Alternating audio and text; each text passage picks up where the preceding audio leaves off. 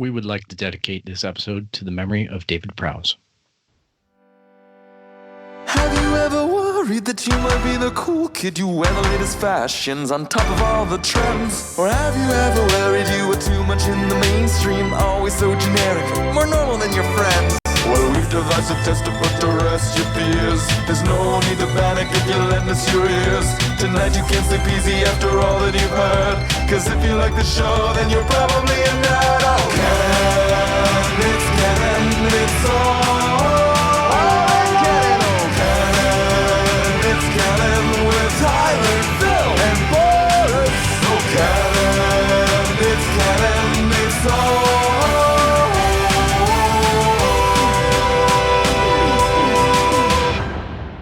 in Canon.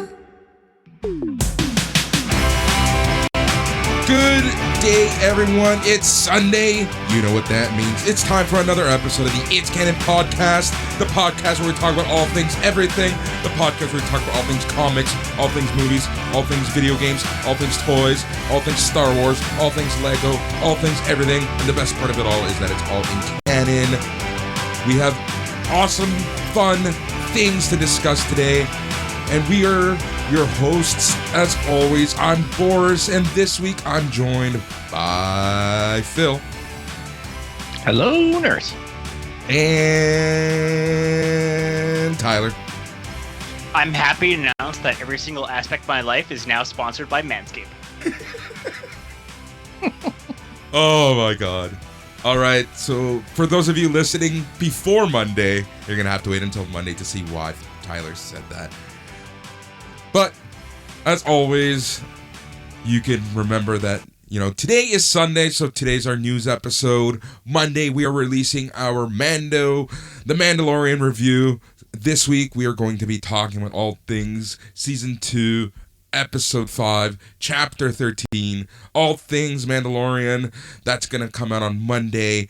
No featured episode again this week, but, we have a lot of things coming up. On Thursday, I have to decide where the podcast is actually going to go, but NXT Talk is officially moving to the Sunday Night's Main Event radio podcast network, so you can check them out on SNME Radio, on Facebook, SNME Radio on Twitter, SNME Radio, basically everywhere. So we are going to be doing that show on their Patreon feed. And if you're in the GTA, make sure to listen to Sunday Night's Main Event Radio every Sunday at 11 p.m. on TSN Radio 1150. Damn, guys, I'm a corporate shill now. Boris is sold out. Surprising. Congrats. Probably someone's surprised. All right, guys. Well, he can afford those manscapers now. That's true. And just to additionally give a shout out for a Mandalorian episode, we have Storm Duper co-hosting on that one for our guest interview. So it was great to have him on the show. So make sure to listen into that on Monday. Yep. Give him some love. Yep. Give him some love. All right, guys, I think it's time for us to talk about what we're going to do for 12 Days of Christmas. I think we decided, right? We decided, right? Yeah. Well, right. I know you and I discussed it. I don't know how involved Tyler was with that, but yeah, I think Tyler's going to be happy. I think in your rage, you don't remember that we did talk about this on Thursday after we recorded. Or did I make this up? I could have easily made this up. Who knows? We'll all find out together. It'll be a journey. No, Tyler was there. Yeah. Okay. I recall now. All right. So the Lego Christmas special. Oh, yeah, so much that's fun. an interesting episode. Thank you, Phil, for that one. But yeah, no, 12 Days of Christmas. So leading into Christmas and 12 days before that, it's going to be Monday, December 14th. We are starting 12 straight days of podcasting. Still can't believe I decided to do this. I still can't believe I actually talked about it. So we have to go through with it. But for those of you who want to know what we're going to be discussing, so it's going to be short episodes. We're going to be reviewing a TV show. On Christmas, we're going to be reviewing our picks. So for the 12 Days of Christmas, we are going to be reviewing Star Trek: The Lower Decks cartoon, None of us have watched it. You know, I know we always talk about Star Wars and other stuff, and it's very rare that Star Trek gets its love on this show. But, you know, we've decided to watch that cartoon, talk about it every day, and that'll lead us into Christmas, where essentially I will gift Phil and Tyler something to watch. Tyler will gift Phil and myself something to watch, and Phil will gift Tyler and myself something to watch. And essentially the Christmas episode is going to be our reviews, analysis, and guys, the floor is open. You can send something good, you can send something absolutely shit. It's really your call, and we're going to be discussing everything. That's going to be what our Christmas episode actually is. So yeah, I think it's going to be a lot of fun. 12 days of podcasting. We'll see how this goes. This is a thing we've decided to do. Yeah. Yep. I don't know. It might signal the end of the world in some respects, man. Oh, geez. All of us are like, yep, we did say we were going to do that, and apparently that's what's happening. I will say, this might surprise you guys, because we don't talk about Star Trek an awful lot, but I have been to a Star Trek convention. I have and also. I have not been to a Star Wars convention. Oh, there you go. What? Madness. And I did spend an awful lot of time in the 90s watching a lot of Last Generation, Next Generation. Yep. I haven't been keeping up with most of it lately, though. So Picard I've watched. Things like that. Yeah. But Discovery. I'm a little bit. I'm behind on that. But apparently it's picked up and gotten really good. Phil, what have you been doing? How have you been keeping up for the past week or so? My eyeballs have been glued to The Mandalorian. Like, obviously, you know, no spoilers, but, you know, it's pretty much live action Ahsoka. It's a big deal, right? So, Tyler's like got this maniacal grin going on. No, sorry, I was laughing at no spoilers, but instant spoilers. Oh, yeah. Well, we all know. Like that was like the worst kept secret in all of Star Wars. Yeah. But I mean, also, we have one angry fan like, God damn it. Yeah, this angry email of the week is going to go to you, Phil. I'm not dealing with angry emails. Awesome, bring it on. Bring it on. Like, yeah, you know. That leads to something, though. One thing I'm noticing, and I just want to, tell everyone needs to be a little more tranquilo. Stop with the Mandalorian spoilers. Yeah. Guys, wait till Monday. Not everyone stays up like me to watch it. Do not post spoilers. For those of you who follow our Twitter account, know that I'm very careful about what I post. I literally post, hey, I'm about to watch it. Hey, I just ended, and I can't wait to talk about it. That's all I post in the lead up to our actual Mandalorian review episode. Phil sends images to us that I use for Twitter, promo for the episode, but I go out of my way not to post any actual spoilers, because if you do, you're a piece of shit. Yeah, and I was a little bit shocked, to be honest. Like, yesterday I logged into Twitter and I saw an awful lot of spoiler stuff. You know, the child's name and all this other stuff that's just being casually flung about. And yeah, and lots of people objecting to it. But really, people are like, well, it's up to you. You shouldn't be on social media. And I just love how people couch it like it's your problem, not mine. And it's like, come on, guys. We all agreed as a community to make Mando Monday the Monday that we kind of talk spoilery. We give people the 72 hours. Like, I know by the time this episode comes out, we're within hours of Mandalorian Monday and being able to talk about it. So I don't really feel like the Ahsoka reveal is much of a reveal.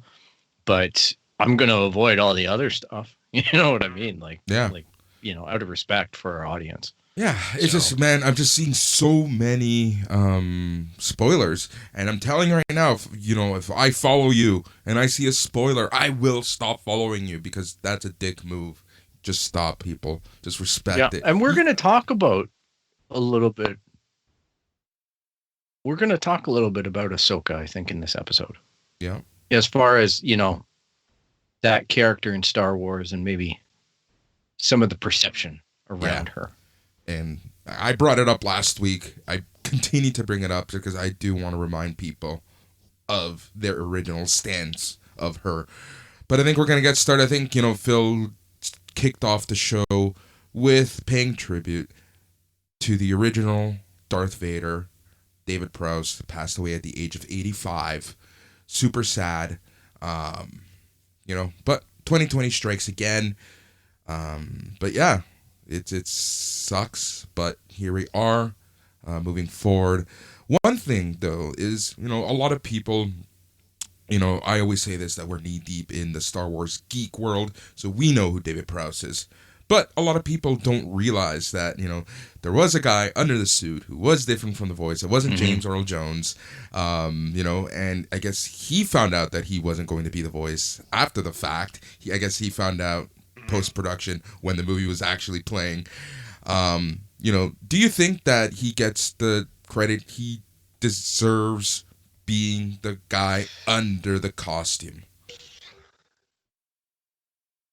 I think he definitely got cut out. Like, I don't think that he got the most fair treatment from George Lucas or Lucasfilm at the time.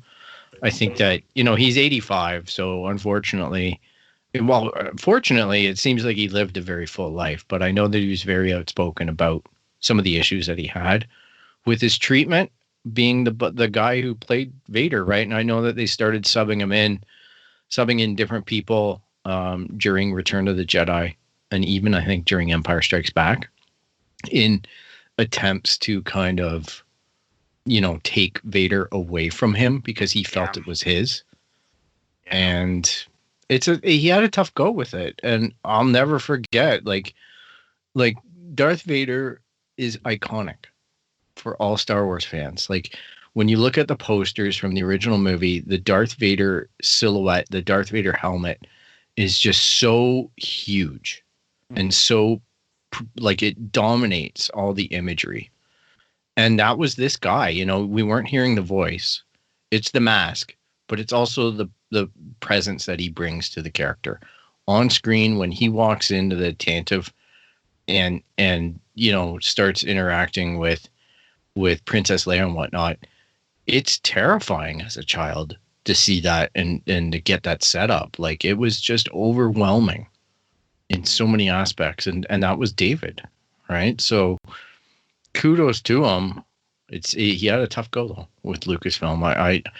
I just wish that he would have had more peace with that on his passing. But I know Tyler knows an awful lot about this too. Yeah, I mean, I got stuck in the weeds a little bit with this because he just got basically one of the things to remember is the legacy of everyone who is in Star Wars has always been a little bit weird, right? Like, it seems to be a coin flip whether you become famous or a nobody. We have one end, we have Harrison Ford and Carrie Fisher and some others. And then we also have, like, Hayden Christensen. Yeah. So it's always been a bit of a cat's breakfast on whether or not any of this gives you any sort of recognition, which has always been too bad. And then, I mean, the other side of it is his career really kind of died after Star Wars. It's weird and too bad. He was very outspoken about what he viewed as monies owed to him. I don't. Not that I couldn't find anything about the actual contract being leaked, but he asserted to the end basically that he was supposed to get a percentage of royalties off of Star Wars movies, and then they used Hollywood accounting, which I've been subject to, and it's ridiculous when all of a sudden it's like, oh yeah, you get paid out of this movie's revenue, and the movie never technically turns a profit because all of a sudden some intermediary company gets a ton of the money, and that's just how the cookie crumbles, and you're just like, well, fun. So I don't know. He had a rough go out at, and that brings us to a larger story of we're seeing a lot of contract oddities in the time of COVID and streaming. On the writers front, Alan Dean Foster was a writer for a lot of the Legends type books. He wrote the first novelization of Star Wars, ghostwriting for George Lucas. And when Disney bought those IPs, they claimed they did not buy any obligation to him along with it. So they've basically said, we don't owe you any royalties. And instead, this other company that hired him, I don't think it was Lucasfilm. I think it was like a subsidiary of Lucasfilm at the end of the day. They're the ones that owe you royalty payments, and they have no money, so you're out of luck. And for anyone who's a creative, that's a really dangerous precedent to set. So in honor, I think we all kind of decided we were going to talk a bit more about this contract oddities that we're seeing in an era of streaming and other weirdness. Yeah, no, it's. I know I looked into the Alan Dean Foster, like one of the most iconic books that I can recall was Splinter of the Mind's Eye. That cover was just so impactful as a kid. We had a copy kicking around the house. And it is upsetting that, he's not getting his payments. But this is where I come down to, well, if you do have a shot, like if you do have a real case, now I might be wrong. I'm not as well versed in this stuff as maybe Tyler is or others. But it just seems to me like a contract is it's written, right? There's something to go back to, bring about a legal action, go and get a contract lawyer and fight it. And, if you're right, you're going to win, hopefully. Like, I know that's a really naive way to look at it, but yeah, that's unfortunately not how it's going to work, especially in the States. Right. So let's say everything he's saying is true. Let's say Disney is just 100% in the wrong.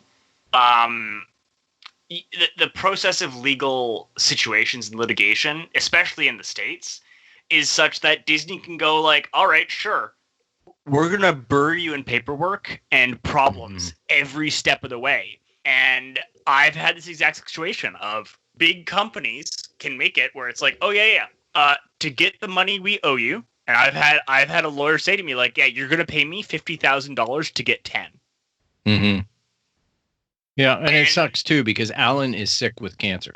Exactly, and you're sick, and all of a sudden, like, you're talking to lawyers, and you're getting harassment from fans half the time because that's part of the negotiation tactics, as we saw with Spider-Man recently. Mm-hmm. To say nothing of all this other stuff, and yeah, the SFWA, the Science Fiction Writers of America, is like fully on his side, and is doing everything in their power to kind of organize writers against this, because, yeah. Yep. Well, that's a good thing. I hope he gets resolution, because it's not a good situation for him. I hope he does too, but I don't expect he will before the end. Like, it just Disney's best call is just to be like, yeah, take us to court. Ugh. Yeah. And you think Disney would step up in this case and be like, hey, dude's got cancer. He's owed money. Like, you know what I mean? Like, find a way to make it happen. But I guess legally you don't want to, because then other people, you're setting that precedent. Yep. Unfortunately, that's part of it there. Yeah, because as a human being, that's where my emotion goes, and especially, and I don't want to preach about the differences between our society versus American society and whatnot, but it is just such an impactful thing when you get diagnosed with a disease like that, like a long-term fight, and financially it's going to be a huge burden on them. It's just tough. And he really is one of the godfathers of sci-fi writing. Like, he's one of those pillars, man. Yeah. Mm-hmm. And we can make a whole episode about this, but when we take a look at like what Spotify and Apple Music do to musicians, that's a whole other issue there, right? Like, where essentially the musician gets not even cents sometimes off of their deal for streaming, and here we are, like, just capitalizing on the fact that we pay what, $10 a month, unlimited streaming, blah blah blah blah blah, and the artist is just getting screwed, completely screwed. But I think when it comes to this, the music industry is probably the worst, especially when it comes to like songwriters and royalty payments and things like that. There's just so many people who get screwed in the up the chain. And it's just absolutely crazy to see. Like, it's just like, I don't know what is a possible solution. But, you know, as both of you mentioned, you know, it's what are your options as an artist or as a songwriter or whatever. You know, are you going to hire a lawyer, spend thousands and thousands of dollars to get a percentage of that back, where you might owe more in lawyer fees? Like, that's part of the issue, as well as the lawyers themselves, you know, but they're doing a service. You're going to pay for said service. You know, it's just crazy to see that, like, how many people get screwed. And this is why, like, I've always said, you know, at least in the comic book industry, when you go to Artist Alley and you go see artists and things like that, make sure that you know, that's a great place to pick up their work. You know, they get the money direct there. You know, so yeah, it's just you know, what I'm trying to say, I guess, is be a little more cautious about, you know, how you support artists, how you support content creators, how you support writers, how you support anyone in the creative space. Yeah, it's tough, especially, you know, for me, the cynicism just begins right from hearing Spotify's deal and then Apple taking 30% of all subscribers right there. And you know, you're already like hacking at the company that's hacking the crap out of the artists. Yeah. And both companies are hacking the crap out of the artists for their own streaming music. And it's just like they're now turning on each other and just getting petulant over that money. And it's honestly quite sickening. Like, when you get exposed to this level of corporate manipulation and greed, it's alarming. I don't like it as a consumer. It makes me feel really like the convenience of having everything on Spotify or Apple Music or whatever is great, right? Like, we put our podcasts on it and want to reach our audiences and whatnot using these things. But, you know, knowing that we've got no skin in the game, like with some of these creatives, they're bound to like contracts that are just getting hacked to pieces. And then you couple it with COVID and you're watching people basically not be able to make any money if you're a musician this year because you can't tour. Well, yeah, it's all over the place too. I was listening to a podcast last night, and I can't remember who it was, but there's a comedian who has like a special on Netflix, and now she's homeless. Like, she literally has no home, she has no car, she can't get work, she can't get paid. Yeah. And just, that's life. You know, look at Dave Chappelle, right? Like, the whole thing there, where Dave Chappelle's, the Dave Chappelle show was being sold, but he has no skin in the game. Like, he makes no money off of it. So that's why, you know, you may have seen in the news the whole Dave Chappelle rant stuff against Netflix. You know, Netflix did the right thing there, where they did remove the Dave Chappelle show. But, you know, that's just one example, and that's because, you know, Dave Chappelle is outspoken and he has enough people that are going to be on his side. But, you know, not everyone has that forum that they can bitch to. Like, the amount of people who get absolutely screwed, you know, and the people who do the legwork, it's absolutely crazy. Like, you know, unfortunately, there are no good solutions yet, right? Like, you know, the best I can do and say is support your artists, support your creatives directly, however you can, Patreons or, you know, picking up their work direct, whatever. It's the best way to go, but, you know, I can't think of a better solution outside of that. Support IP reform. Yes, that's the biggest one there. You gotta get involved with the ballot box, unfortunately. Like, if you want to support creatives, there is nothing you can do as an individual to balance the scales. You just can't, right? And it has to come down to, if you think this is important and you think Alan Dean Foster should get paid, you need someone who can fight Disney. And the only company or organization that can fight Disney probably doesn't have their interest at heart. So you need to do something that does. Yeah.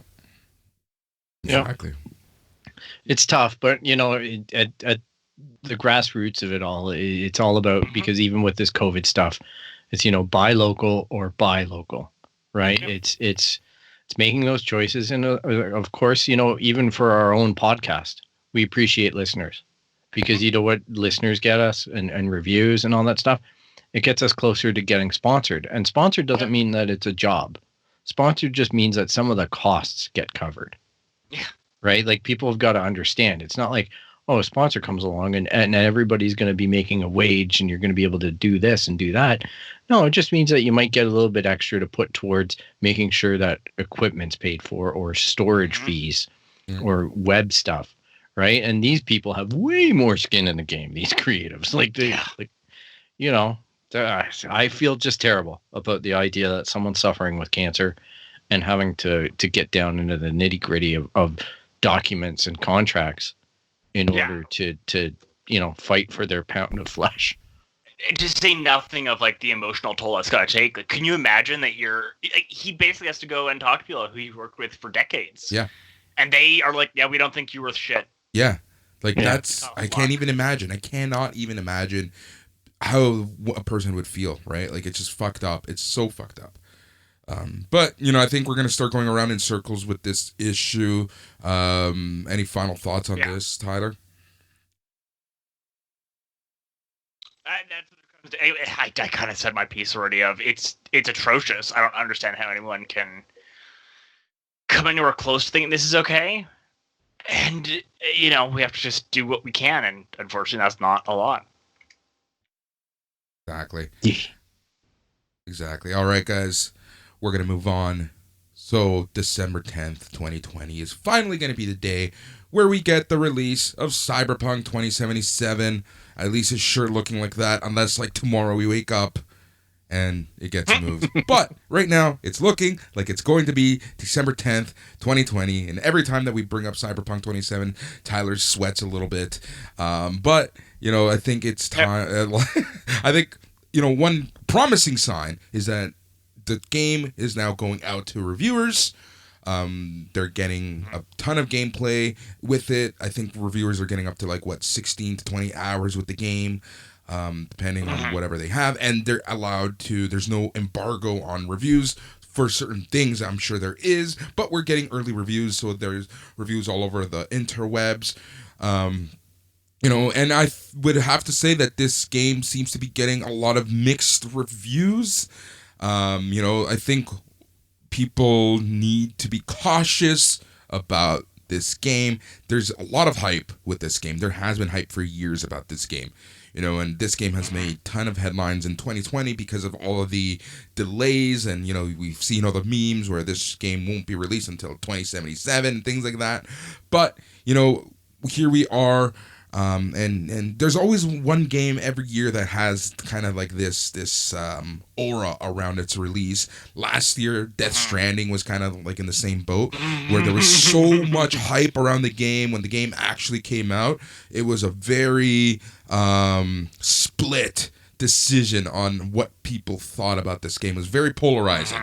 I personally loved every second of it, but I love those types of games. Like, it was just a fun game to immerse yourself in the world. So I think Cyberpunk 2077 is this year's game where you will get a very polarizing reaction. Apparently from what we're reading, from what we're seeing, it takes a lot for you to get started in the game. Some reviewers have said that they spent, 6 to 10 hours in the first kind of mission, the first thing, getting the game started essentially. Some people have said, oh, it takes a long time to get started, but it's a beautiful game, yada yada yada. Other people are like, what the fuck?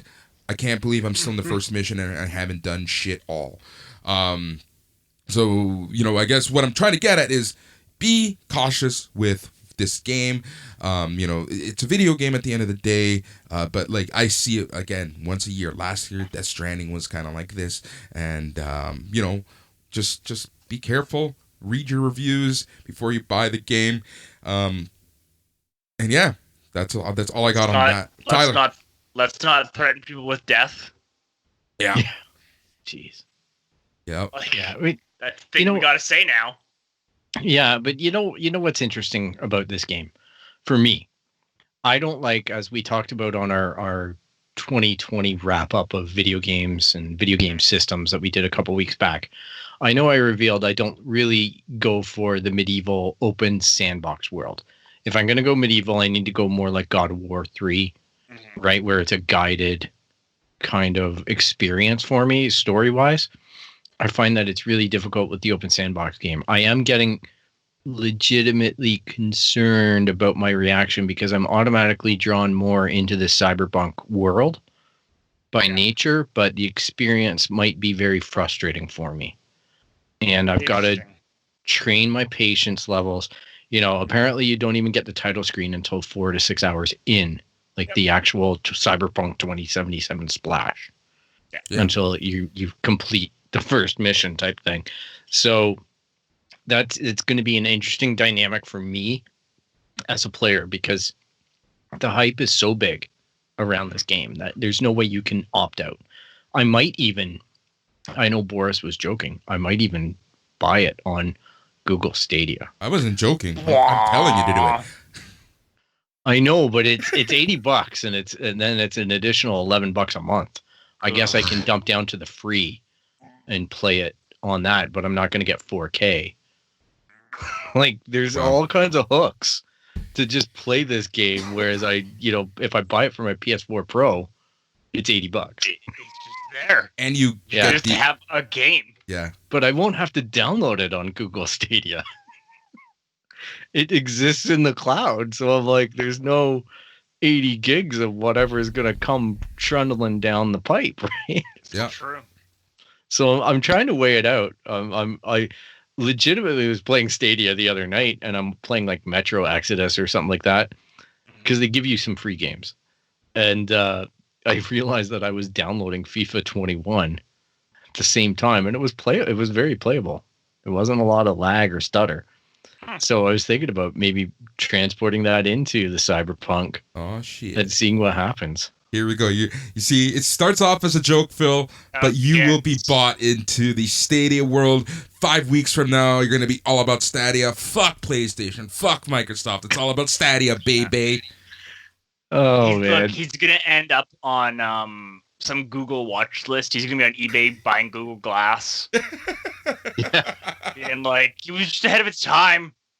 It wasn't technology that failed. It was humans. But honestly, though, Google has been one of the most abusive relationship companies that I've ever been in. Like they and you used to be married.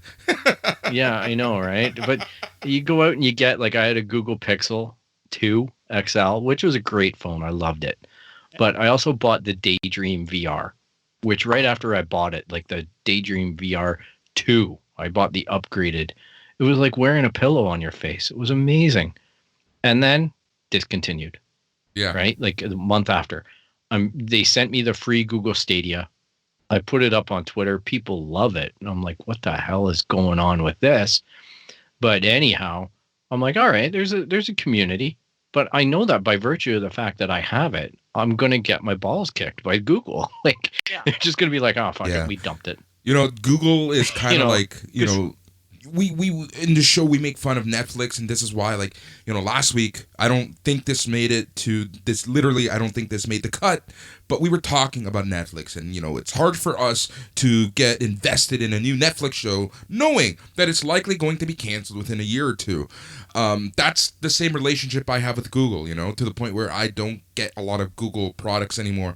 I've been a sucker for Google for so many years, and because they discontinue so much, I just don't have the time to invest or to learn something new when they release something. Like, how many times have you been duped by Google like that, right? Like, countless. Yeah. It's unbelievable. And it's even to the point where there's like this new Google TV, right? So it's trying to replace the Chromecast. So I was always going to accept a free Google Stadia because it's going to give me a Chromecast 4K for free. Yeah. So I'm like, there's a no-brainer there and a controller to at least evaluate. But Google TV, which I bought, all right, because I really want to try and get my father into using this as a transport method into all the different apps, because it's too confusing for an 80-year-old guy to sit there and go, what's on Disney Plus? Well, what's on Amazon Prime? This amalgamates it. And really, it's like an NVIDIA Shield, right? So, except it's accessible because you can use your voice. So I'm like, okay, this is cool. Hey, guess what? It doesn't support Stadia. Oh, damn. Yeah. And I'm like, what? Weird. Like, isn't it weird because they launched it like a month and a half ago, and they say there's going to be Stadia on it next year. There's only 4 gigs of RAM in this thing. You can hook it up to a hub.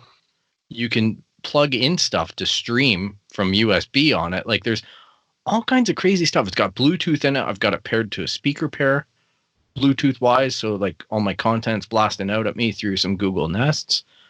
Everything's like great with it, but it doesn't support Stadia, which really gives me the heebie-jeebies about where Stadia is in the pecking order. Because I'm like, if you can go to market with a product like that and forget a division, is that because they're being told to forget a division? Like in the dev cycle, like, oh, don't worry about Stadia. They'll be dead by the... And that's exactly it right there, right? Like, oh, man, fucking Google at it again. All right, that's Phil, why I am very apprehensive about this $80 purchase of a video game. If I didn't get all these really weird gut cramps about the fact that I think Google's going to abandon this product, I would go all in on it just for this experience. Right. All right. It really comes down to take us back. Thursday afternoon, you sent Tyler and I a picture on our Facebook Messenger chat of your Stadia that just got there. Stadia. How is it pronounced? However it's pronounced. Doesn't matter. It's going to be gone. It's going to be gone soon. Doesn't matter at all. All right, Phil, but take us back. You get the product. What does it look like? What do you do? How do you play? How's the setup? Walk us through this. Paint us a fucking picture. The setup on this thing was annoying. I got to say, like, because I already had the Stadia app and I took a test drive for a free month. All right. And then I realized I go into it and I'm like, oh, well, guess what? I can't access my games. So I have to have my paid subscription in order to access the free games that they gave me. So I'm like, okay. But then I tried pairing the controller and that did not go well at all. That was just like, I've got this code on my screen. I hook up my Chromecast. I'm like, there's this code on my screen to do this button sequence and D-pad pushing. It's not working. The controller is just like, it's just flashing orange. And then I watched a YouTube video on it and I'm like, what the hell is going on? So I had to download it onto a tablet with the Stadia app, resubscribe. All right, so I'm in skin for $11 this month. Resubscribed to it, and then it reached out, identified my controller, and then it was a really seamless thing. So really what they should tell you is delete your Stadia app, and then once you get your Stadia starter kit, reinstall it, and you're going to have a great experience. Because it was really slick once it started working, but it was frustrating to get to that point, because I'm like, what's happening here? Like, what is actually happening? Once I could use the product, it was great. Yeah, once the product worked, it was great. God. So I was already like a little nervous because I'm like, am I an idiot? Like it's like left B, right X. You know, like it was such a simple sequence, and I'm like, is it at the same time? Like they don't really explain it properly, and as a gamer you're overthinking it. But then once it worked, I'm like, I dial in a game, it comes up on my screen, away I go. Right So the UI is basically not really too helpful. Well, it just could have been better. I think once it, like Tyler kind of joked, once it worked, it was great. Like, love that. All right, so you just then do it cold install. It's kind of cool. Yeah. All right, so then talk to us about your internet connection. How have you seen lag? Okay, let's start with the baseline. What is your internet connection like? Like, what do you average in terms of speed?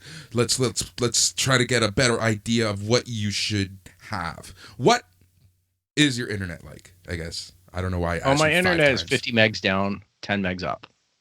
All right, so already I'm past the 4K threshold because I think that they want 35 megabytes a second down. Yeah. And what is it, 5 up or something like that? Up. So I was downloading FIFA 21 while my PlayStation was in sleep mode. So I was gaming while doing a pig of a download of 48 gigabytes at the same time. and it worked. There was a little bit of lag. There was a little bit of choppiness, but it didn't really bother me at all. It was a good experience. I was just wandering around. I played Sniper Elite, and I played Metro Exodus. And I was like, yeah, you know what? It's acceptable. It is acceptable. Cool. The graphics look good. The gameplay was exactly like a console. The interface, everything about it. The only thing that was weird is there's a lot of buttons. So many buttons. So many little buttons. I'll show you guys. I know, we can see each other on camera. But there's all these little buttons. Expected. Yeah. It's just weird because it has its own vernacular. Yeah. Whereas I'm used to Sony hitting the trackpad. I'm used to Xbox hitting the X. Yeah. I don't know what freaking Google's kind of vernacular what is. It wants from you. Yeah. Yeah, like which button is it referencing? And they're so tiny. Mm-hmm. And when you're gaming in the dark, because you're trying to create the mood and stuff, I'm like, oh, well, I don't know which button is what. Like, I know that the buttons are organized in the same way that it's very much it's a cross between the Sony controller and the Xbox controller. It's got the Xbox button layout, but it's got the Sony stick layout. Okay. So, yeah, it's an interesting thing. I did find my one complaint with the controller is that the rumble is too loose. It feels like it just feels really clunky. Like it feels like the because they put like these things that spin in it that are weighted, and those things feel like they're really out of whack. Like it feels, I don't know, like really loose, like a hot dog down a hallway. Like it's just not a good thing. Interesting, very interesting.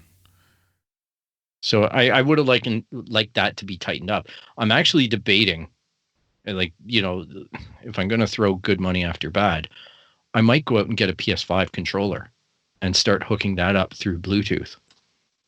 It'll work? Yes, apparently it works. It works on Steam. They're seeing a huge adoption rate on Steam right now for people picking up the PlayStation 5 controller to get the haptic feedback. Mm-hmm. It is a nice controller. It is a fucking nice controller. It's so comfortable in the hand. I'm thinking I might be able to get it to work on Stadia if I hook it up Bluetooth to my phone. There you go. That's so funny. We'll see. Yeah.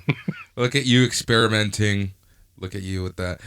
But overall, your experience out of 10, what would you rate it? You guys got PS5s. I got a free Stadia. Look, we're all on our own journeys. Exactly. All right, Phil, out of 10, what would you rate the Stadia and its experience so far? I'll give it a solid 6 or 7. To be honest, like the Xbox experience is so much better on xCloud or whatever it is. Mm-hmm. And I also just joined another beta on Xbox yesterday.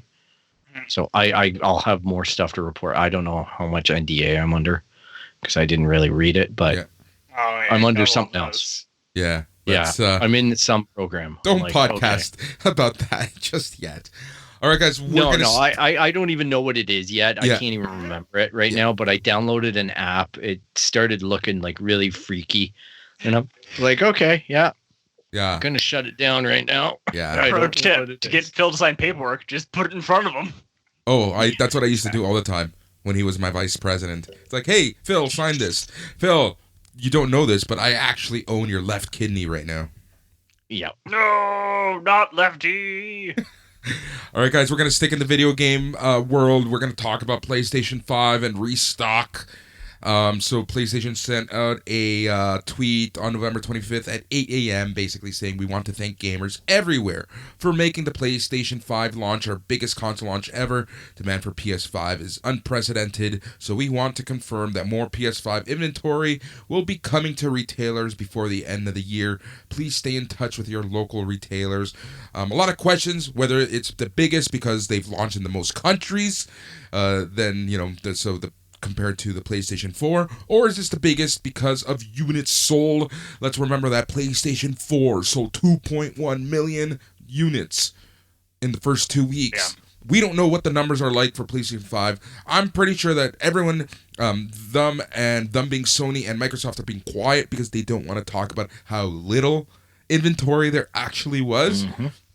But yeah, you know, it's at least refreshing seeing that they're acknowledging that there's demand, that things are going to be stocking up soon, but you know, there's no telling when. I'm throwing a flag on this play. Sorry. Yeah, no, and go ahead, Phil. Go with it. Tell me more. Yeah. Oh, Angry Phil is in the house now. Oh, fuck yeah! I'm fucking pissed. Holiday special Phil is here. Let's talk. Yeah, I'm fucking pissed. This is exactly where I wanted to go with this because. Yeah. Go ahead. Pissed do your rant. I'm gonna drink my beer. I'm sorry, but Sony are selling all this shit to fucking bot sellers and scalpers.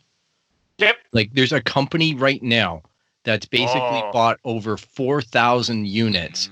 They charge their customers $40 to $500 a month for membership in order to guarantee you access to their bot sniping program that will give you one console. So you're having to pay up front in excess of $500 to get one of these things.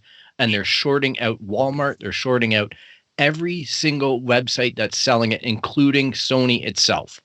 Is this the? I don't want to kill your steam. I just want to get a clarification for the audience. Then you can keep going again. Is this from the article that I sent?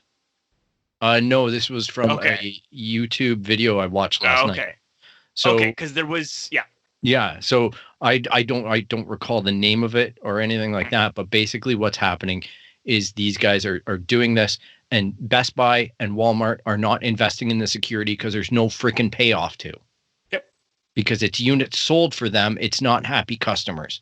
And Sony should be ashamed of themselves and be putting pressure on their retailers to solve this issue, including themselves, to take this seriously and get the product out in the hands of people that want to pay what it's reasonably costing instead of some trumped up $2,000 eBay purchase. Right? Like, that is just total crap. And Sony should be ashamed of themselves. For our listeners to know, I know Phil's pissed off because he's talking with his hands. Phil does not normally talk with his hands. Agreed. Yeah. It's just annoying. It's just just to add some context for Phil, the other reports I've seen, sounds like a lot of these bots were trained in the sneaker space, and several of these companies started as sneaker and like limited clothing companies. Yep. And then basically saw this opportunity and were able to transition no problem. I'm with Phil. It's bananas, some of the stuff we're seeing, and the fact that it is almost bizarre that journalists are able to get these people to talk on the record. They're like, "Oh yeah, this is what we're doing." They're selling memberships. But there's no laws against it. There's no laws against this right now. This is the issue. This is why they're freely talking about it. Like, it's a dick move, it's a douche move, but there's no laws against any of this right now. But also, all right, legal or not legal, it's ethically terrible as a company. But secondly, if you go into Walmart, I almost lost it at Walmart yesterday because all the exit things have Xbox Ones on them. And I'm like, why are you guys advertising this product? I can't go to the shelf and buy it. You tell me I have to go online only. If I go into Best Buy, I can't buy a system there.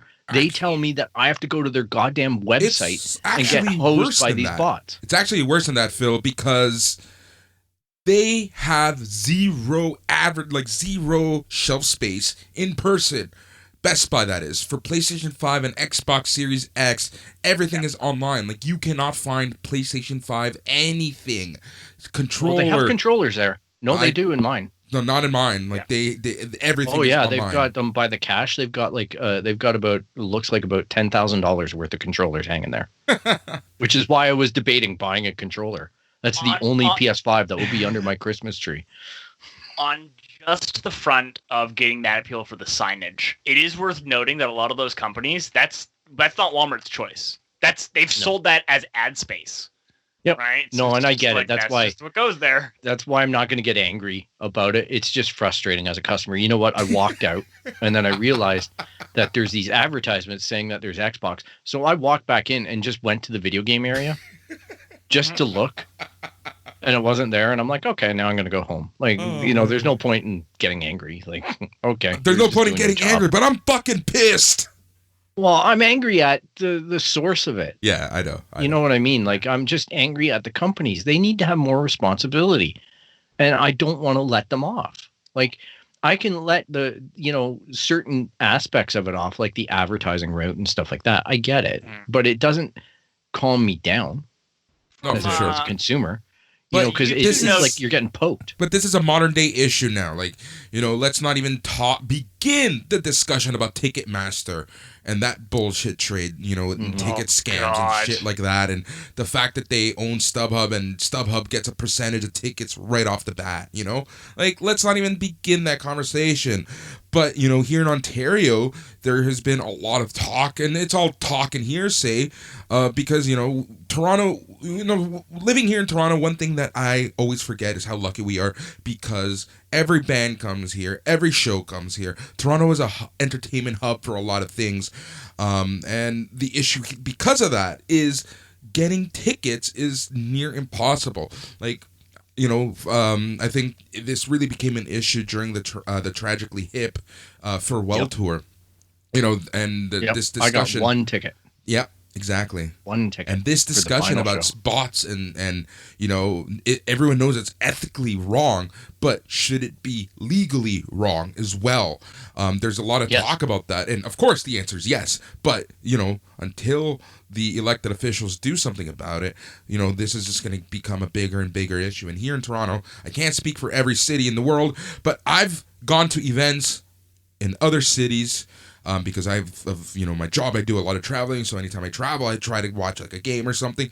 I don't have these issues that I have trying to get tickets in other cities than I do for Toronto and the GTA. So, I think it's a bigger issue here. Also, we are the 4th biggest city in North America. So, that there's that as well.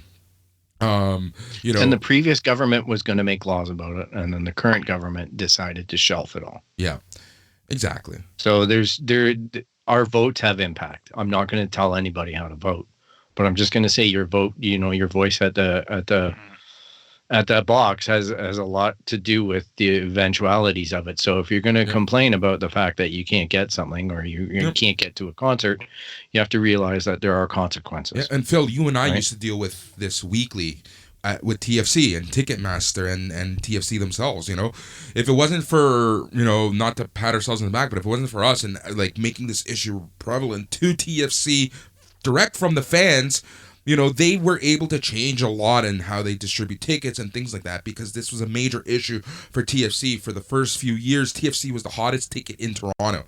Like, I remember talking to people and I would say, oh, I'm going to the TFC game later. And everyone's like, oh, fuck, how did you manage that? It's like, well, I managed it because I have season tickets, but like TFC was the hottest ticket in town. And, Phil had to calm myself and the old president, Jack, down many times from starting fights with scalpers and whatnot.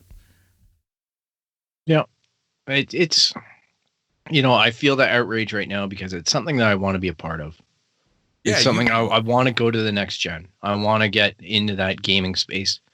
I'm future-proofing a lot of my purchases to make sure that they're upgradable to the PS5 or the Xbox. I'm taking a lot of care, and it's just really frustrating when I see, these sneaker companies, and Tyler's right on that because that was mentioned in the YouTube that I watched. These sneaker company things that go around and hose people. It's just frustrating. Yeah, and it's a lot of the time you're paying for access not just for the PS5, for example. You're getting access to those bots for everything. Yeah. And they are the evolution of the eBay sniper bots from back in the day. And you can use them for anything hot. And I think what we're seeing there's people who are running, for lack of a better term, small businesses of like, yep, my part of my overhead is I pay access to this bot farm. And then that's how I get my stock. Because there's people who are like, yeah, I have 25 eBay sales for PS5s. And you're like, oh, well, cool. Yeah, and it happens in Lego, all right? Like exactly. We talked about the Nebulon B model bought it out. Like Amazon just sold it.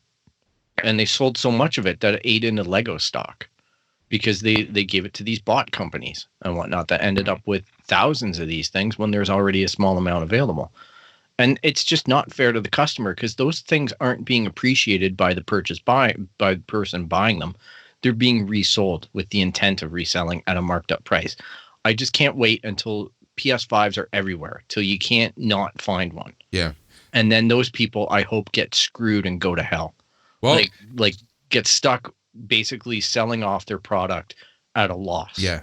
Because And that's the thing, this right? speculative market is just bullcrap. Yeah, I agree. I agree 100% with you. And, you know, I know we always talk about Sony, but this is a Microsoft issue as well. We just put Sony on the forefront because Sony talks about it a lot more, and we tend to check more on Sony because that's what Tyler and I are playing. I know that's what Phil is going to buy first. So, you know, that's why we talk Sony. Yeah, it's both companies have to be responsible, and they have to put pressure on their retailers to bone up their security, to eliminate these bots. It's not like it's not known how to circumvent some of these issues. Well, that's actually what I want to, if we have a little bit of time, I want to touch on, because someone like me who's not technologically savvy, I'm like, yes, I agree this should be illegal, but I literally don't know what you would do. So do you guys tend to know more tech stuff than me. Like, what is there, like, is it just, you know, a couple of policies that maybe suck, or what is this? What does this look like? What Best Buy need to do is basically do an old school sign up. Do you want a PS5, Tyler? Give us your details. And you're going to get one per household. Register your household. All right? Yeah. Do all this stuff that's really painful and upfront, but they register your household and they go, you're going to get one when one comes in. Right now, it's just going free for all on the internet. Somebody's going in and adding to cart, whatever the limiter is. 3, 5, 17, whatever. They're just taking stabs at it and then buying it. And Best Buy is going, hey, all right, we just made a sale for $10,000 worth of all these PS5s. They're not questioning the morality of it. Whereas, like, if you ran your list differently, if you actually qualified your customer and installed some security, like those stupid codes that bots can't read, that we all find really irritating, or how many traffic signs are here, and, you know, click on those boxes and things like that, that really frustrate us as consumers. But that guarantees you that you're cutting out at least the low hanging fruit bots, you know, that maybe some of these things are doing, and you're giving access to a real person. Right. And here's the thing. If that real person backs out of the deal, if they say, no, you know what, sorry, I just don't have the funds to buy it, or my kid, I got one somewhere else, or whatever, they're not going to have a problem moving the product. It's not like it's not like it's rotten fruit. It's hot. There's going to be a million people lined up for it. So you just go back to your list and then just say, next person on the list, here's your shot. Yeah. I mean, that's what EBs did locally, at least. Yeah, and that's why I'm not including them in my rant. Yeah. Right. It's Best Buy, it's these larger retailers, Amazon, all these companies that don't have a vested in their only interest is selling units. Yep. Not selling units to people who want it. Yeah. But feeding the marketplace, and the marketplace is full of sharks right now. Yep, 100%. Unfortunately. All right, guys, we're gonna move on. 19,816. You know what that number represents? Any idea, guys? No clue. That is how many Amazon frontline workers have contracted the coronavirus. Jesus. 19,816. And the reason why I bring that number up is because out in Germany, there has been disruptions on various Amazon, warehouses to disrupt Black Friday sales. Unfortunately, you know, this isn't doing much. But, you know, someone has to take a stand. Someone has to start. But Amazon has nearly tripled its sales since the coronavirus started. And, you know, pretty much they haven't taken the virus serious at all. And that's how they were able, you know, in the third quarter, its net income tripled to 6.33 billion, guys. 6.33 billion. How many employees does Amazon have? I'm gonna Google this. Yep, Google it. Let's vamp for a little bit. It's crazy, guys. You know, these companies, and you know, this Jeff Bezos is one of the most wealthy people in the world now too, right? Like, it's just this whole rigmarole. Yep. Oh my gosh. what this number is huge. It's like over 1 million employees. Yeah. 19,000 is actually a pretty good. That's below the national rate of coronavirus infection. In which country? In the States, I would assume. Ah. Yep. I have read this before where the number was high, yes. But in relation, Amazon's response last time this got brought up as an issue was, oh, really? That few people have it? Yeah. Because we're way ahead of the national average then.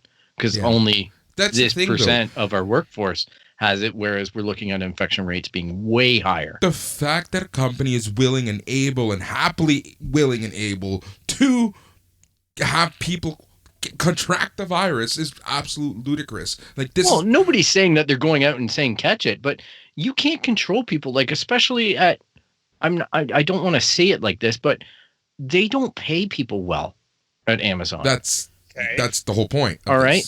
And it's like, but even if you did or whatever, they're contracting it outside of work. Like, I don't think that they're creating an unsafe work environment. Now, if there's a case of that, then yeah, it's a big issue. Places that have reported it is an unsafe work environment. That's so that's part of it. It's like a lot of these people are saying, hey, you know, it is unfucking safe to work right now in the Amazon warehouses. So what the fuck, you know, a company that has tripled. Then that is a problem. Yeah, and you brought up a great point, Phil, because you know, I am saying 19,816 out of those 19,816, how many people contracted that virus while working under an Amazon facility versus, you know, contracting the virus because they went out to have a beer after work, they went out to a party or something. Or they're an anti-masker. Or they're an anti-masker, exactly. Like, you know, we need to bring, like, we're trying to bring up the entire view here, you know, but the fact that Amazon is willing and able to do they have 1,125,000 employees. Yeah. I mean, the other side being, we've heard a lot in the past about how part of the reason that those numbers might be higher is that Amazon has a history of, you know, if you don't show up for work, like being sick isn't an excuse not to show up for work in the Amazon world. Cool. Yep. But you know what? It's kind of funny. I'll work this in. I ran into my first anti-masker yesterday. Oh God. Only yesterday? Yeah. I don't. Bill doesn't get out much. I really don't. I was in my grocery store buying bread, literally buying bread, and other things for the week. And I'm standing there and I'm using the self-checkouts because I just find that I don't really want to stand in a bigger line. There's 4 checkouts going versus standing in a socially distanced, awkward space, because I always find that it's just not spaced well. So I'm standing there and this guy lines up opposite of me and there's a woman in front of me. And she turns to him and she goes, the gentleman behind me here is actually in a line. And I just looked at him. I said, yeah, I'm just being socially distant, like keeping social distance. And he goes, well, that's an oxymoron. And I'm like, okay, all right, we're just gonna, I'll give you that. It's military intelligence, 2 words combined that don't make sense. I get it. All right. So then the lady goes forward into the next stall, and then I come up to stand in the spot that she was occupying. And I took a closer look at this guy, and he's wearing one of those masks with a valve in it. Oh, fuck me. And then he's cut pieces all the way through the mask. Yeah. Out. So the mask is, in effect, doing nothing. Yeah. And then I'm just like, okay, now I know who you are, buddy. And it wasn't a bad experience. I just, my mind just had all these dots connected. Like, all right, you're an idiot. Like, just, geez, stay away from me, dude. Like, you're not even trying at this point. And I feel bad for all the people in retail that have to deal with these boneheads every day. It's not a hard concept. Put a mask on. Protect yourself, protect others. Like, come on. Yep. And it's just weird here in Canada to find those people. Like, it's political in the States, and I understand that component. But here in Canada, I don't really see freedom fries being a problem. But it's there. It is there. I'm in the mood of some barbecue tonight. You guys know where I should go? Oh, no. Oh No. man. All right, Boris, guys. I think we should give a review of movies. It's responsible for us having a terrible Christmas episode. All right, guys. So, uh, this has been on the news a lot, and I want to bring this up before we go, and that is, there are always questions about how developers get paid from services and whatnot. This guy also ties into our first story. So Phil Spencer has explained how developers get paid from Xbox Game Pass, especially with Microsoft's kind of taking Epic's side. I think they wanted to be proactive in releasing a lot of this information. Speaking to The Verge, Xbox boss Phil Spencer said Microsoft makes all different types of deals with developers depending on their unique situations. So there's no one rate for all. Our deals are, I'll say, all over the place. That sounds unmanaged, but it's really based on the developer's needs, Spencer explained. One of the things that's been cool to see is a developer, usually a smaller to mid-sized developer, might be starting a game and say, hey, we're willing to put this in Game Pass on our launch day if you guys will give us X dollars now. What we can do is we'll create a floor for them in terms of the success of their game. They know they're going to get this in return. In some other cases, Microsoft will completely fund the production cost of a game. In this situation, the developer can make money from retail sales, while Microsoft may allow these games to release on PlayStation, Switch, PC, with the developers taking in that full revenue. Microsoft uniquely benefits in these types of situations by having a game launch day on Game Pass. So that gives us a little more insight into into how they're paying out people. And you should check this article out because it is really interesting in terms of kind of how they're doing this. So there's no set model, and it's really they're taking the customer success to the umpteenth degree, and there's someone who's talking to these developers and these game houses, and they're working together as a partnership to get the rate. Allegedly, I know it's all PR. It's all marketing, and I know they're doing this to be proactive, especially as they're going to probably take a much stricter stance soon with the whole Apple Epic fight happening. What are your guys' thoughts, Phil? I assume that things were like that with Microsoft. Like, I know Microsoft doesn't always have the best impressions out there, but one thing that a lot of the companies that they purchase and make these deals with for Game Pass come back and they say largely Microsoft doesn't mess with us. The actual feedback from developers is it's a great environment to develop in. And they just let us do what we were going to do anyway. They just show up with more money and enable us to do it. So right now, Microsoft have managed to strike the right balance. Like, will it continue to be that way? I don't know. Now with ZeniMax under their corporate structure, they could start to get a little more aggressive. And aggressive sometimes isn't good for developers because they want to make for many platforms. So it will be interesting to see how they go forward, but up until this point, this doesn't shock me that this is, because you see companies happily going to Game Pass. Yeah. You don't read stories like, oh, Microsoft came in and muscled in on Cuphead to get it on Game Pass or whatever. Yeah. It's like, you'd be hearing the underside of the screams from people that are getting crushed by the wheels of Microsoft in the industry. In my opinion, I just think that somebody would be out there leaking it and just saying it's a terrible deal. It's hard to keep things under the wraps, yeah. Yeah, with Twitter and with Reddit and all of these places that people congregate on the internet and basically do their tell-alls anonymously. It would be an extremely hard thing to keep the wraps on. Very agreed. So that's my take on it. Good for Xbox. It's putting pressure on Sony because Sony announced this week that they are coming out with a strategy to counter Game Pass. Well, again, I remind people, they do have PS Now, but they need to fucking up that marketing because PS Now is a great service. I actually really enjoy it. It's worth the $12.99 a month in my opinion. and you get a lot of great games. You can now download the games. I would rather download than stream. So hopefully it becomes a platform where you can download all the games. Even if it lives on your hard drive for X, if it's a timed download, if you don't play the game, it automatically disappears or something like that. But that's overall, they need to up their game there.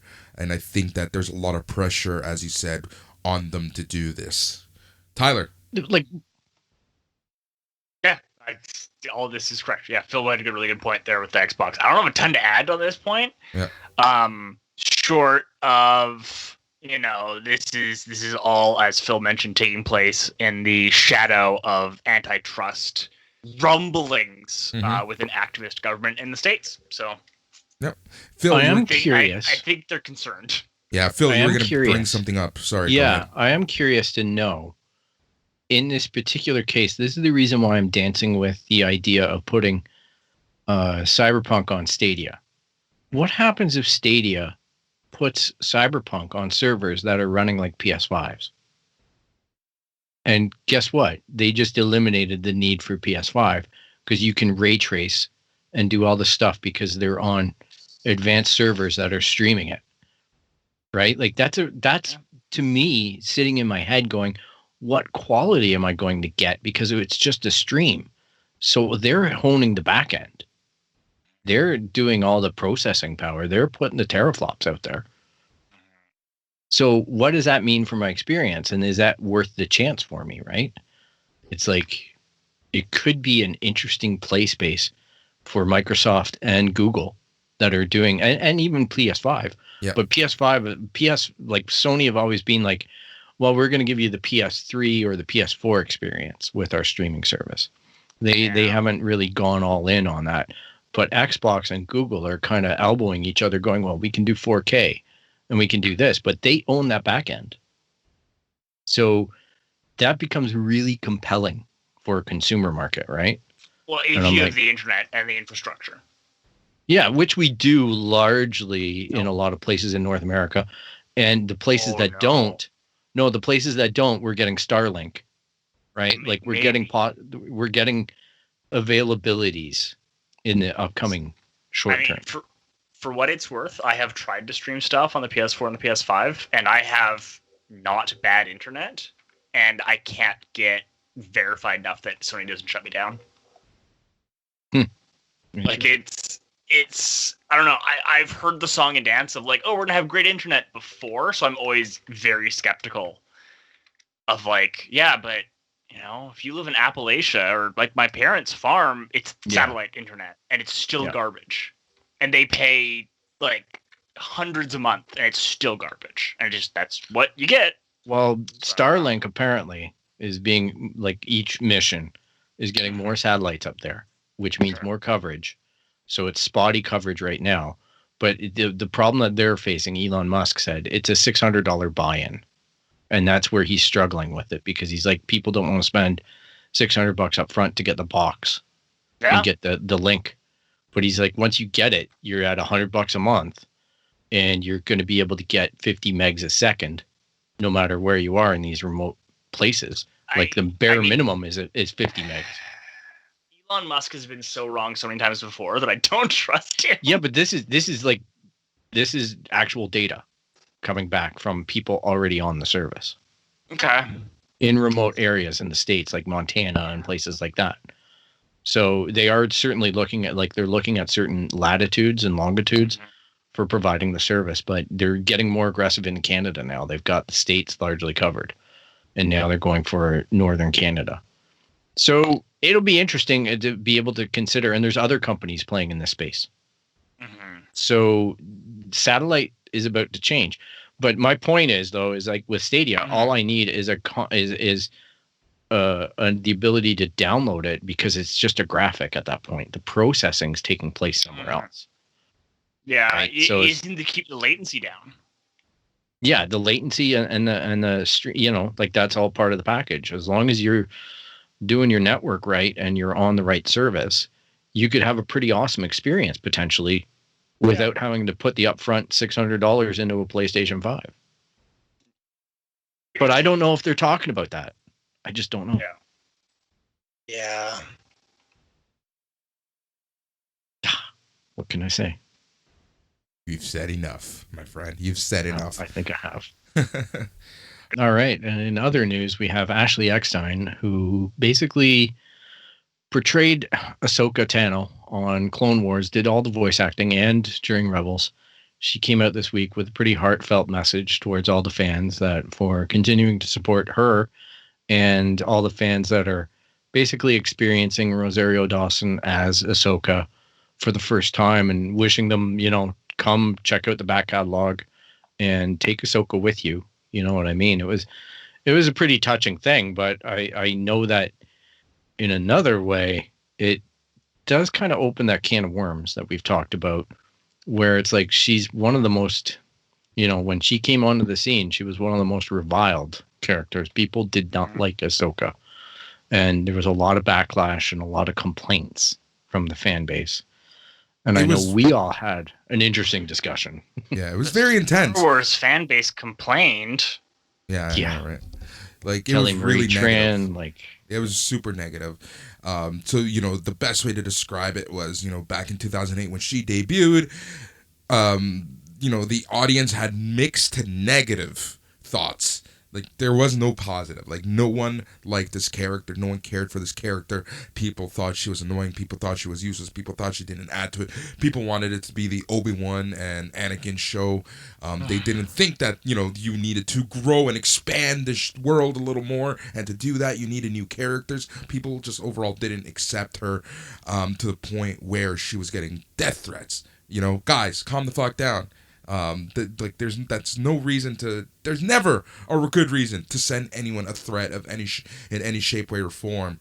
But it's funny because these same people who are sending those threats are people who now are praising, the live action Rosario Dawson version. Like, this is just insane. Like, guys, let things happen. Just calm down. Be a little more tranquilo. Calm down. Let things play out. Because, things change. And over the last couple seasons of Clone Wars, she became one of the most iconic, if not the most iconic character of Star Wars for this generation. But I want to be angry now, Boris. I know. I know with me personally, I trust that Lucasfilm, like we talked about it a little bit yesterday. I know there's big backlash against Phantom Menace and whatnot. I didn't notice it. I was completely oblivious to the backlash because I wasn't living on the internet. I wasn't looking for validation on the internet. I was enjoying the fact that Star Wars existed, which I think a lot of fans do. And we don't have much of a voice out there because the complainers take so much spotlight.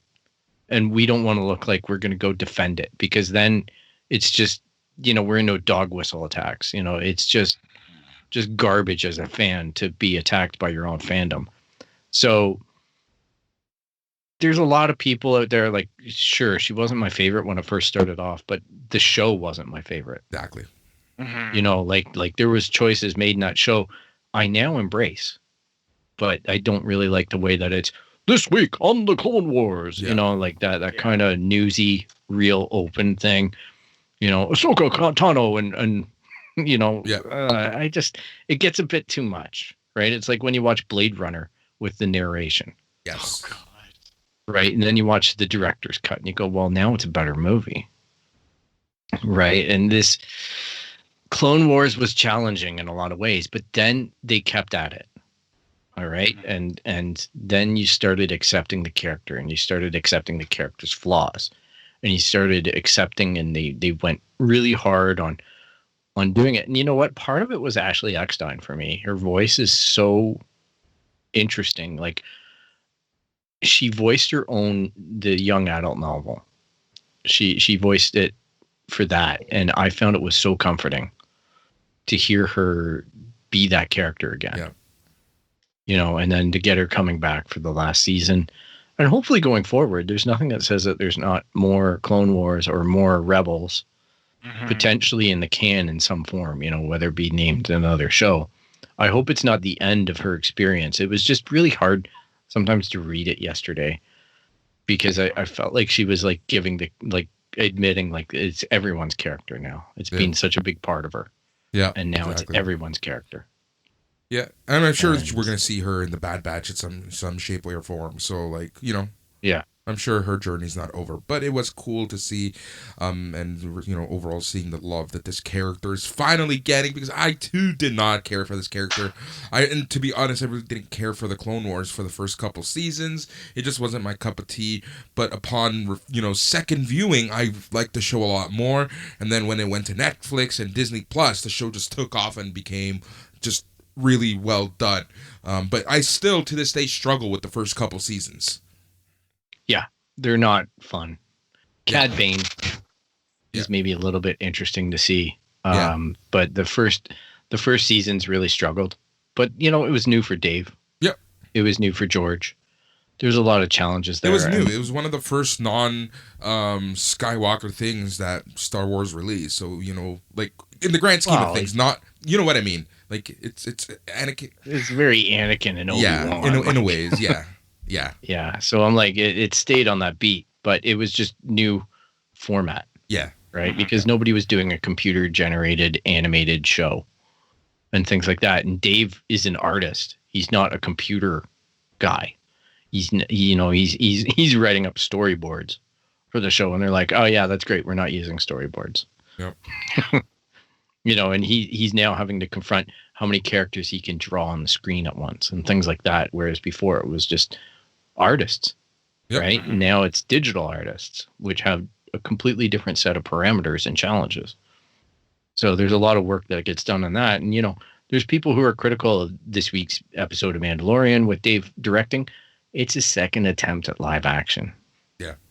And he's been getting a lot of help from a lot of great talent around him. And I appreciated it because it was Star Wars. If more than any other episode, this was Star Wars. Yeah. So no spoilers, just saying. But now we have Rosario Dawson, the infamous Clerks 2 actress. Yep. Kevin Smith put up a cool post about nothing else ever. Yeah. No, you know what though? I didn't realize it was her in Clerks 2. And then I saw Kevin Smith posting, and I'm like, oh my gosh, that is Rosario Dawson. Good for her. But I don't watch a lot of other stuff that she might be in. I just get hung up on the ass to mouth, and that's it. So, and that didn't even budge Boris. She was also Night Nurse in Marvel. I heard it. It just didn't register until a couple seconds after. Tyler, anything to add before we move on? People just need to stop being monsters, but I don't see that happening anytime soon, unfortunately. So here we are. Exactly. At the end of the world. Oh, might not be the end of the world just yet, but it for sure is getting to the end of the episode. So, Phil, how about you tell our awesome listeners how they can get a hold of us and send in those angry emails? You gotcha. At our website is www.itscanonpodcast.com. You can find us on Instagram, Twitter, Facebook at It's Canon Podcast. You can email us at show@itscanonpodcast.com. Don't be a douche. You can subscribe via Apple Podcasts, Spotify, Stitcher, Google Play, Podbean, Amazon. Really, anywhere you find podcasts, you can find us. And if we're not there, let us know and we'll get there. And if you like what you hear so far, be sure to smash the subscribe button and leave a rate and review. You know what? It always helps out people. Yeah, don't be a douche, but you can use one.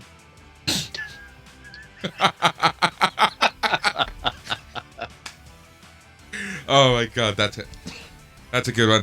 All right, guys. It's time to wrap up the show. Thank you so much. It's the It's Canon Podcast, a podcast where we talk about all things geek. The podcast, we talk about all things comics, all things video games, all things toys, all things books, all things movies, all things Lego, all things Star Wars, all things Mandalorian. And be sure to listen to our Mandalorian Season 2, Episode 5, Chapter 13 review that's coming out on Monday.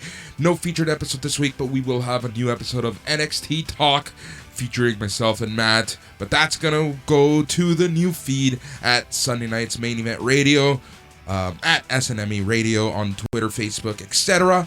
Have fun with that. We're gonna be, we will still be releasing some free episodes on the It's Canon Podcast feed, but for your weekly TV analysis, check out SNME Radio.